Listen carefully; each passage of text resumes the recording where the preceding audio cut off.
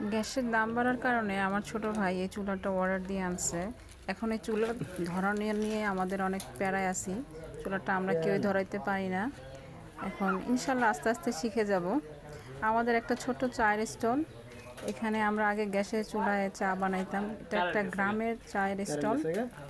এখানে চা গ্যাসে বানায় পোষাবে না, তাই আমরা এই চুলাটা অর্ডার দিয়ে আনছি। আপনারাও চাইলে আনতে পারেন বাসায় রান্না করার জন্য। দুজনের সংসারের জন্য রান্না করতে অনেক সহজ হবে, সাশ্রয়ী। আমার ভাই অনেক সহজে এই চুলাটা ধরায় ফেলছে। গ্যাসের দাম বাড়ার কারণে আমার ছোট ভাই এই চুলাটা অর্ডার দিয়ে আনছে।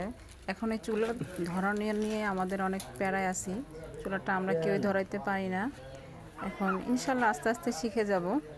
আমাদের একটা ছোট চায়ের স্টল, এখানে আমরা আগে গ্যাসের চুলায় চা বানাইতাম। এটা একটা গ্রামের চায়ের স্টল। এখানে চা গ্যাসে বানায় পোষাবে না, তাই আমরা এই চুলাটা অর্ডার দিয়ে আনছি।